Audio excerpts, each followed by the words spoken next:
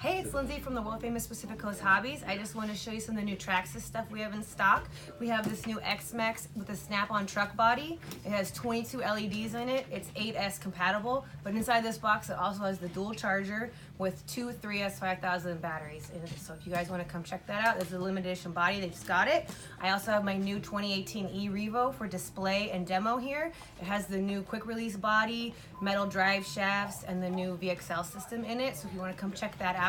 I also have some clipboards for pre-order, so you can pre-order the new E-Revo or the desert truck. You can also call if you want, and we can put your guys' name down. You don't have to come in if you don't want to, but you're definitely gonna want to check this car out, take a peek at it. It's next to our X-Max. I also have the new TRX-4 kit, so if you want to build a crawler, this is the kit you want to get. And then we also have the TRX-4 built with the new 4 Bronco body.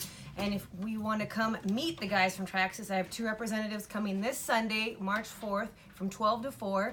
You can bring in your cars. If you're interested in buying a new car, if you have any Traxxas related questions, come down. They're going to be here to hang out and answer any questions you guys have.